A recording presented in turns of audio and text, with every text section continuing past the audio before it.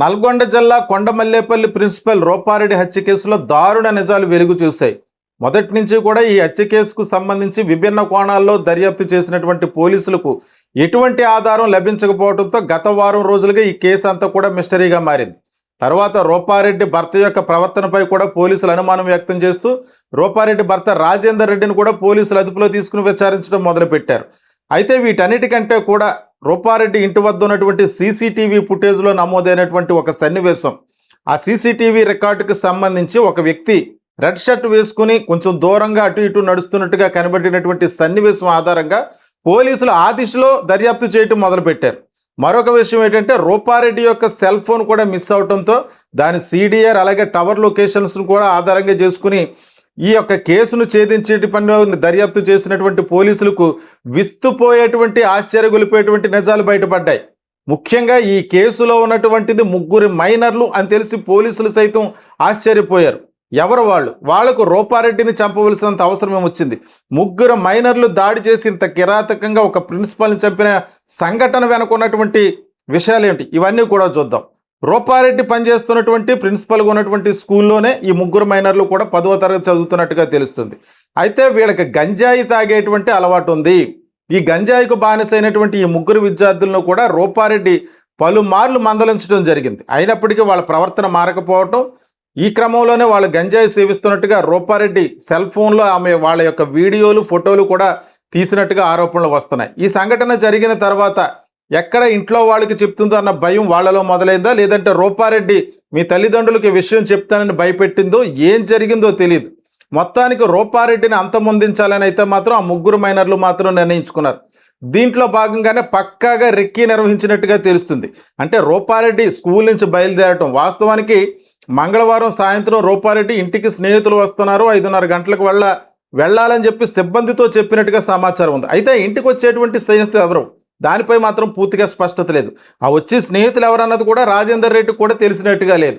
అయితే ఈ ముగ్గురు మైనర్లు కూడా ఆమె ఇంటికి వెళ్ళేటువంటి క్రమంలో ఆమెను వెంబడించారు అన్నటువంటిది ఇక్కడ స్పష్టమవుతుంది అన్నట్టుగా పోలీసుల యొక్క వాదన. మరొక విషయం ఏంటంటే ప్రతిరోజు కూడా ఇంటికి వచ్చేటప్పుడు రూపారెడ్డి అక్కడ వసూలైనటువంటి ఫీజులన్నీ కూడా తనతో పాటే తెచ్చుకుంటుంది.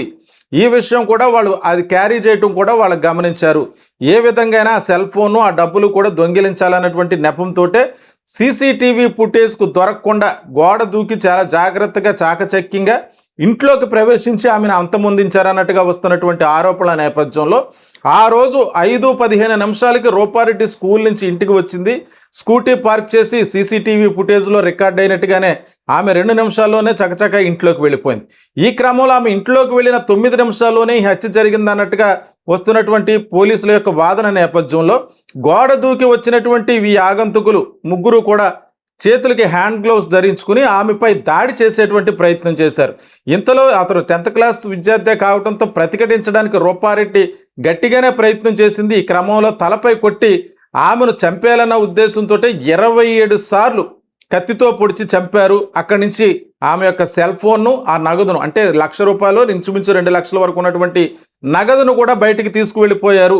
కావాలనే ఇంటెన్షనల్గానే ఆమె చంపేసి ఆ సెల్ ఫోను అలాగే నగదును బయటికి తీసుకుని వెళ్ళిపోవటం వెనకాల ఉన్నటువంటి కోణం ఏమిటి? ఒకవేళ ఆ ఫోన్లో ఉన్నటువంటి ఈ వీడియోలు ఫోటోలు బయటపడితే ఇంట్లో వాళ్ళకి నిజం తెలిస్తే పరిస్థితి ఏ రకంగా ఉంటుందో అని చెప్పి భయపడ్డారా? మొదటి నుంచి కూడా రూపారెడ్డి సెల్ ఫోన్ మిస్ అవటం వెనుకున్నటువంటి అనుమానాలు ఇవే. ఆ సెల్ ఫోన్లో ఏముంది, ఎందువల్ల సెల్ ఫోన్ పట్టుకెళ్లారు, ఈ రకమైనటువంటి వార్తా కథనాలే ప్రసారమయ్యాయి. ఇప్పుడు ఖచ్చితంగా సెల్ ఫోన్లో వాళ్ళకి సంబంధించినటువంటి వీడియోస్ ఫొటోస్ ఉన్నాయి. అవి ఇంట్లో వాళ్ళకి తెలిస్తే ఇబ్బంది ఎదురయ్యేటువంటి పరిస్థితి ఉంటుందన్న కోణంలోనే భయపడి ఆమె యొక్క సెల్ ఫోన్ iPhone 16 ఉన్నటువంటి సెల్ ఫోన్ను అలాగే ఈ ₹2 లక్షల నగదును కూడా తీసుకుని వెళ్ళిపోయారు అన్నట్టుగా వస్తున్నటువంటి వాదన. అయితే కేసు విచారణలో రాజేందర్ రెడ్డి మొదట డబ్బు పోలేదు అని చెప్పినా సరే నిన్న మొన్నట్లో లేదు, ఇంట్లో సొమ్ము కూడా దొంగిలించబడిందని చెప్పి ఆయన చెప్పడం, ఆయన చెప్పేటువంటి సమాధానాలకు కూడా సంబంధించి కూడా ఆయనపైనే పోలీసులు మొదటి నుంచి కూడా అనుమానం వ్యక్తం చేస్తూ అనేక కోణాల్లో ఆయనపై విచారణ చేపట్టారు.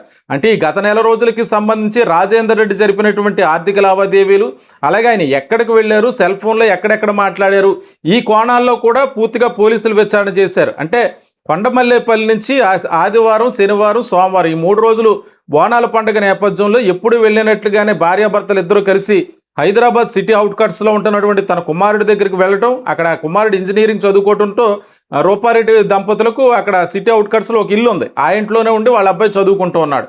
ఈ 3 రోజులు సెలవు రావడంతో కుమారుడితో గడపడానికి అన్నట్టుగా ఇద్దరు కలిసి వెళ్ళటం.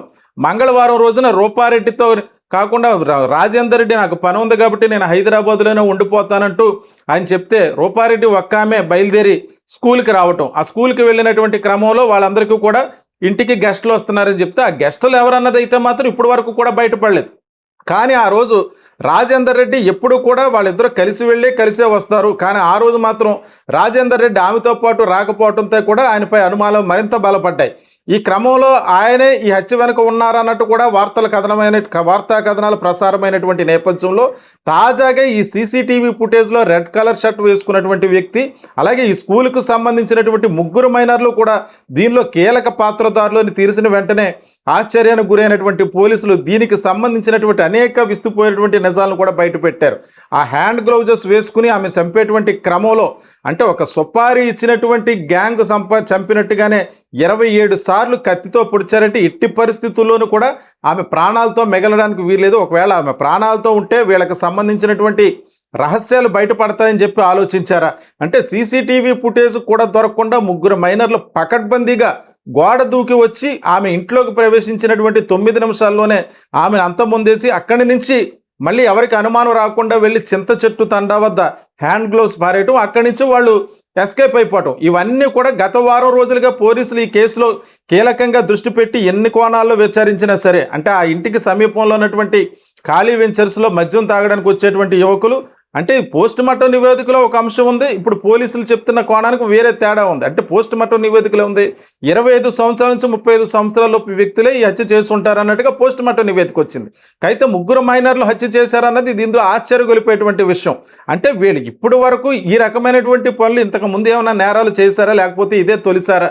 కేవలం రూపారెడ్డిపై కక్షపూరితంగానే ఆమె అనేక సార్లు వాళ్ళని మందలించడం, వాళ్ళు చేసేటువంటి పనులను వాళ్ళ తల్లిదండ్రులకు చెప్తానని చెప్పి బెదిరించడం, ఈ క్రమంలో ఆమెపై కక్ష పెంచుకున్నటువంటి ఈ ముగ్గురు మైనర్లు కూడా పకడ్బందీగా రెక్కి నిర్వహించి ఆమె ఇంటికి వచ్చేటువంటి సమయాన్ని చూసి వెంబడించి ఆమె ఇంటిలోకి వెళ్ళినంటనే ఆమెను అంతం చేసేశారు. జరిగిన వాస్తవం ఇదంటూ పోలీసులు చెప్తున్నటువంటి కథనం. ఇంకా ఈ కేసు విషయాల్లో సంబంధించి ఇంకెన్ని కోణాలు బయటపడవలసి ఉందో, దీనికి సంబంధించినటువంటి అంశంపై పోలీసులు ఇంకా పూర్తిగా దర్యాప్తు చేస్తున్నారు. అయితే ప్రస్తుతానికి భర్త రాజేందర్ రెడ్డికి సంబంధించినటువంటి అంశంలో ఈ హత్య కేసుకు సంబంధించి ఆయనకి ఏ సంబంధం లేదన్నట్టుగా ప్రస్తుతం వస్తున్నటువంటి వార్తలను బట్టి అయితే చూస్తుంది. అయితే ఈ ముగ్గురు మైనర్ల వెనక ఇంకా ఎవరైనా ఉన్నారా, వీళ్ళకి ఆయుధాలు ఎక్కడి నుంచి వచ్చాయి, అంటే చంపడానికి వచ్చినటువంటి కత్తి కానీ హ్యాండ్ గ్లౌజెస్ కానీ ఇవన్నీ ఎక్కడి నుంచి వచ్చాయి, వీళ్ళకి సహకరించిన వారు ఇంకా ఎవరైనా ఉన్నారన్న కోణంలో పోలీసులు ఈ కేసును ఇంకా పూర్తిగా దర్యాప్తు చేసేటువంటి పనిలో ఉన్నారు. చూద్దాం ఈ కేసుకు సంబంధించి ఇంకెన్ని విస్తుపోయేటువంటి నిజాలు బయటపడాల్సి ఉందో.